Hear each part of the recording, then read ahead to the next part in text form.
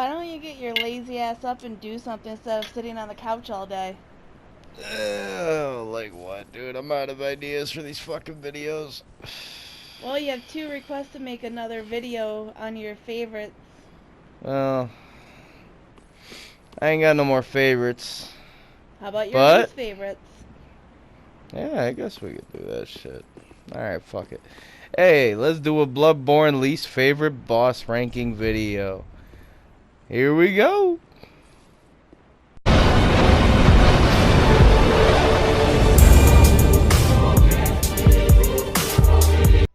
Basic. Get that basic shit out of here, dude. Come on. You're lazy as fuck with this shit. Wait. Am I fucking talking to myself right now? Alright. Well, let's look past the fact that I'm fucking talking to myself and let's feed into it. Yeah. It's my intro, dude. Oh my god, please save me from all this basicness. Oh my god, please, no. Alright, well, fine. Other than the fact that I'm fucking talking to myself at this point, what do you got in mind? Alright, what do I got in mind? Let's do it.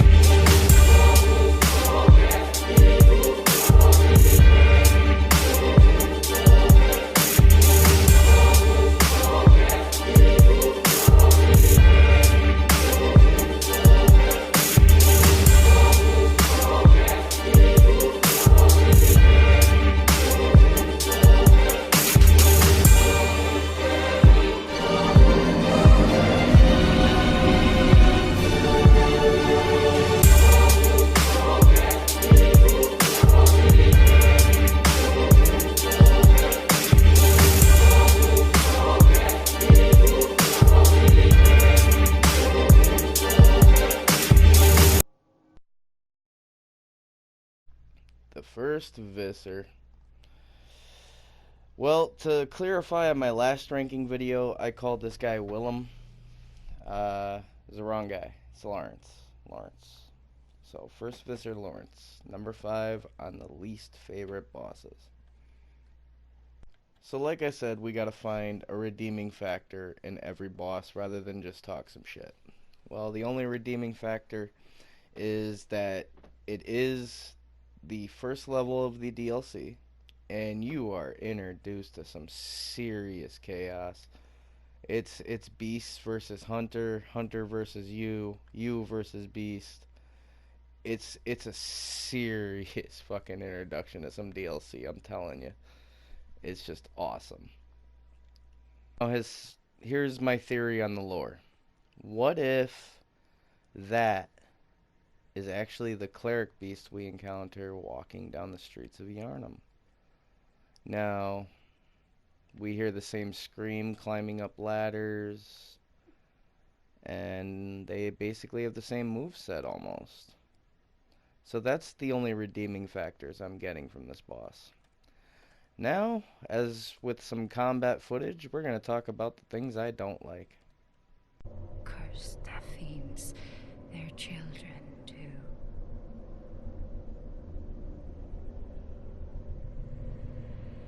And their children forever true. So now, you gotta go through the entire first part of the DLC and fight Ludwig just to be able to fight this boss. So here's my gripes with it. It's a reskin. It's a horrible boss and one of the startings of the first area of the DLC. And it just really doesn't do it for me, I mean, to be honest with you. I mean, the fight is just rhetorical, and it gets, like, fucking depressing at the end when you're basically fighting a cripple. So now the fight consists of 3 different phases. First phase, he's exactly the cleric beast. The second phase, he's a little bit more rowdy. And the third phase, he has no legs, and he just drags a trail of lava behind him. And it just seemed very, very sad and depressing boss for such a good introduction and such a good level. The level design was pretty good. I mean, it was kind of rhetorical that we're going back into certain places over and over again. But, I mean, it was a good, fresh take on it. And I gotta say the level is a 10 out of 10. The boss, it's getting a 3 out of 10. It's just horrible. So basically, sticking around its AOE's and its lava pools, and you got it. He's not that tough. The biggest gripe I have is you're gonna be fighting the camera more than you're fighting this guy.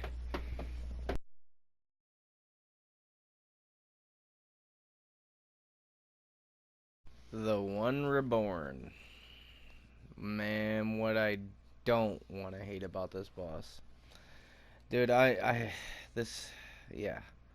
This one, I dislike the level. I dislike the boss. I dislike everything to do about the One Reborn. Just every single thing about it.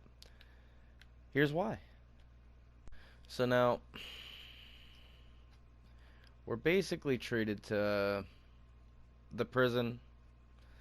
Only thing is, we don't get the kick-ass soundtrack. However, I like the level in the sense that it's almost like being transported to an alien world. Like, this place kind of was locked off for a reason. This is all Bergenworth's work, for what I understand. And Mensis took it just a little bit too far. And this is basically the outcome. Is this reddish, fucking revolting world, basically. So that's the only redeeming factor. The second factor is it's a rehashed fucking world. Like, come on, dude.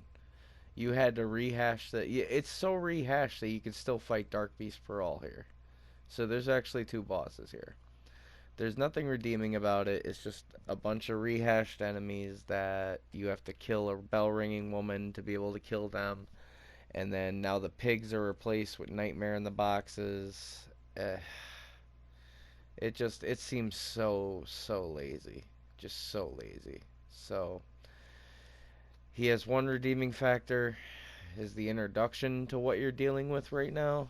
Other than that, lazy in my opinion. Just everything here has already been created. They changed a little bit on the filter and voila.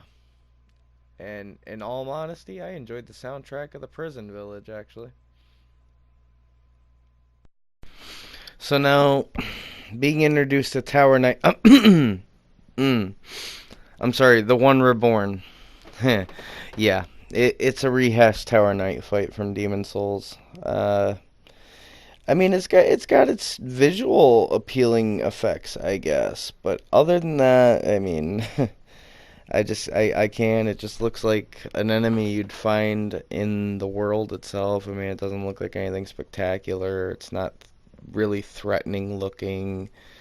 It's kind of lazy, so it doesn't really chase you around. It's just a lazy fight, really. So now you come up here, you deal with the 6 little bell ringing bitches that'll heal him and buff him up. He might take a shot at you. It's just boring, lazy, repetitive. I think I may have lost to this boss a couple times when I was a beginner and really drunk. Other than that, dude, this boss is just basically goof proof.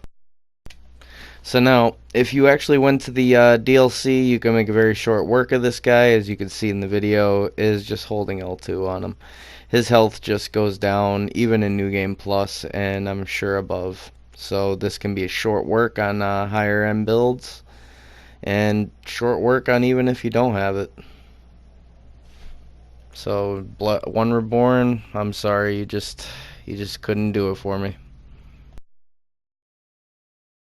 Oh, number 3, the witches. So my redeeming factor.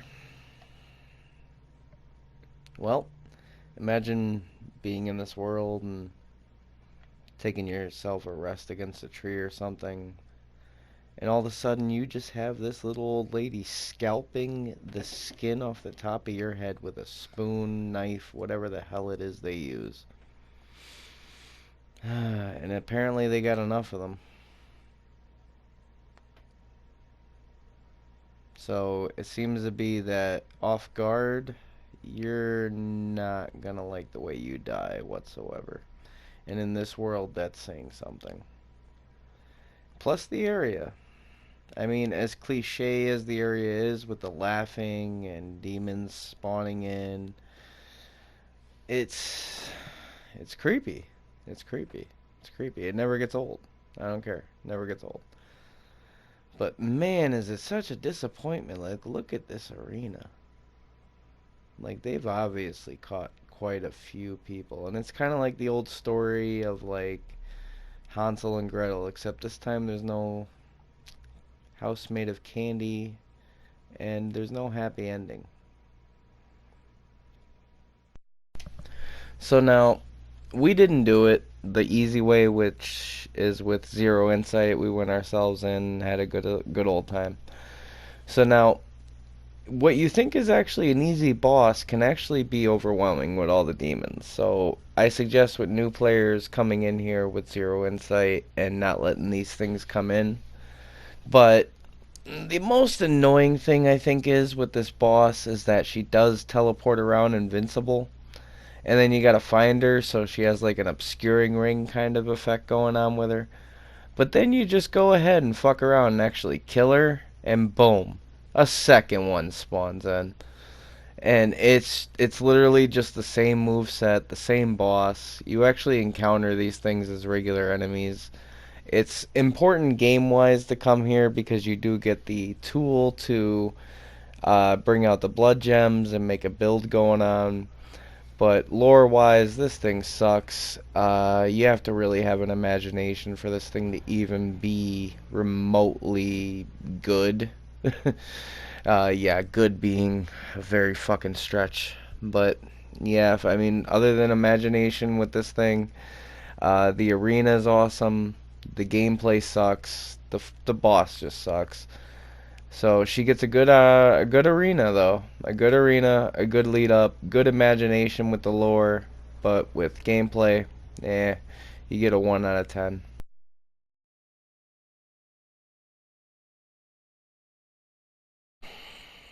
Mensis. We're gonna go ahead and get the only redeeming factor out of the way now, because after this it's just tits fucking joke. So, I don't think you fight Mensis. I don't think you have anything to do with Mensis, really. Consider this. The School of Mensis is here. This is in the Advent Plaza, and you get a nice look into just how creepy the school actually is. All with their cages on, some children, some adults, and then our boy here in the middle. But consider this. What if they're all hosting the nightmare, but Mikolash gave his mind to host Murgo? So that would mean that we fight the School of Mensis, and then finally Mensis's mind for Murgo. Because the nightmare doesn't end after we kill Mensis. The nightmare still continues, allowing us to head on up and fight Murgo's wet nurse, hearing Murgo throughout the whole thing. Now, since we killed the host, the nightmare shouldn't exist. But we killed the host, and the nightmare still exists. So that means the school is the actual host of the nightmare. And Mensis here is just an illusion, and he's just hosting Murgo. So that's my only interesting and redeeming factor about this boss. Now into everything I hate. And believe me, I'm pretty sure it's been said a million times over. So now, getting up here, you get this creepy ass, what they tried to be creepy anyway. Walls and shit. The eye and brain of a great one up there, shooting shit at you. It just feels like they tried to be scary, and it just fails. It really fails. I mean, I get it. Maybe in like the 80s or 90s, this would have been scary and creepy to look at and terrify people, but it doesn't seem nightmarish to me the only thing you're greeted with that's a nightmare in this world is the spiders that are in there.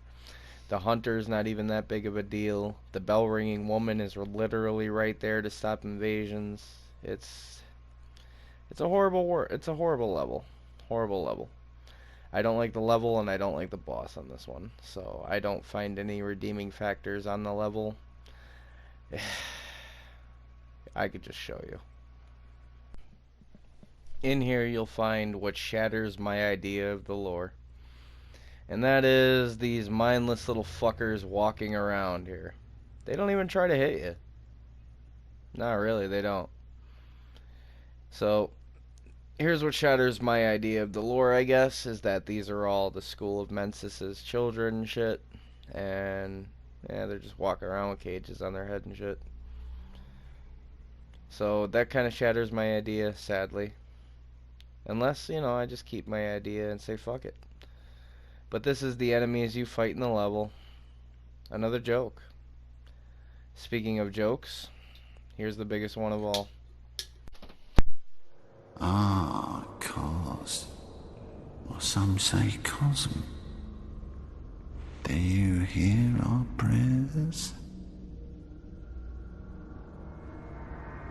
No, we shall not abandon the dream. So now the fight, first part anyway, consists of you just running around, chasing his bitch ass while listening to him go, "Ugh." Eventually he'll dip up in here, and he'll start doing this weird ass hentai tentacle attack at you. Which, actually, for this bitch of a boss, he can basically one-shot you. So, yeah, he's got that going for him, I guess. But, in all honesty, you can glitch this guy in the second phase with a poison dagger. Or you could just do what we did, which is basically just whoop his ass and make him regret ever living.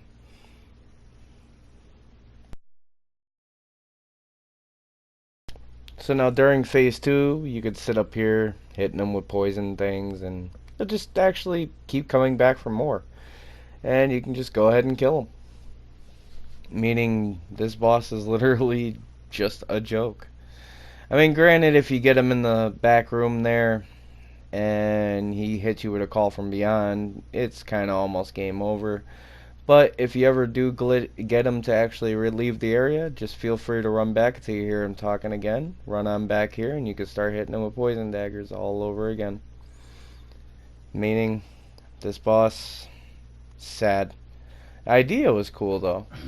At least my idea that I thought behind it. Well, at least I'm trying to redeem a good boss in my mind anyway.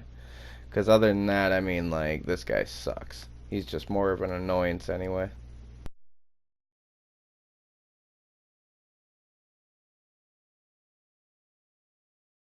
And it is a doozy that I had to do this.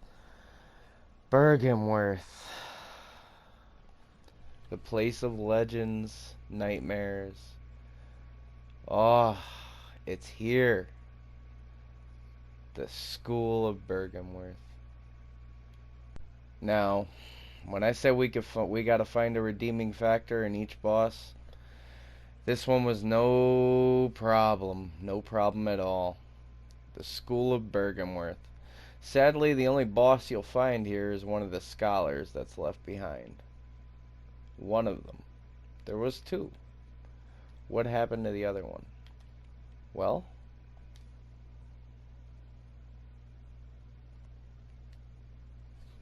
this is what happened to them. Robe of Dores, grave guard of the Forbidden Woods. Countless bodies, ritual tools hang from its back. Willem kept two loyal servants back at Bergenworth when they were sent into the labyrinth. They encountered the eldritch truth and went mad. One became the password gatekeeper, while Doris became a grave guard of the forest. Both remain loyal even in madness. So, he had three, I guess, but only two of them are alive. One of them is the password to get in here that you have to tell him fear the old blood. Sadly, he's dead. But the labyrinth. Oh, the labyrinth. I wonder if they mean the Chalice dungeons. And the Aldrich truth they found was a Bradus, and it said many times that gazing upon a great one, an old one, even in H.P. Lovecraft, will drive a normal human mad. So it seems that that's what drove them mad. And here's his entrance to the Chalice dungeons. This doesn't open from what I understand, and it's just here. Now, we see this a couple of times, actually, in a couple of other places that lead into tombs. Tomb of Odin is one of them, that you could take one that looks exactly like this down there. So, obviously, we know it leads to a tomb, so the dungeons seem like a good place. So, man, the lore behind this place, and it just goes on and on and on. And it is so sad that we have a potato for a boss. Because we're greeted first off with a scholar who will hand you your ass if you're not ready. And then you step out here, Willem in his seat, eyes covered, pointing you to the lake, setting you up for a really, really, really badass boss. Because when you get here, you're like, what, there's nothing here. But stepping down, well, you're greeted with this potato.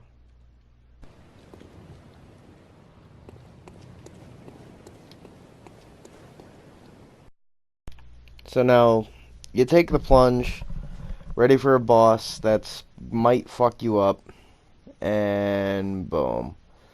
You're just greeted with a potato with no arms, no legs. It just spits on the area that leads up to him. The only thing that's really a boss in this area are the 50 million spiders that he actually summons to help him. Other than that, you getting in on his side. You might even hook him up with a couple L2s from the whirly gig. After phase 1, he tends to teleport more, sending off AoEs, maybe a couple of missiles. But you do really want to watch out for getting surrounded, because if he does start his body slamming and or an AoE attack, it can end very badly for you and leave you walking full of shame. Why? Because this kind of thing can happen. And believe me, it's really not the best feeling in ever, especially when you get a boss down low health and all of a sudden a cheap shot just comes out of nowhere and you're hit with a spider. The fucking ROM. Oh my god. Stop watching me now.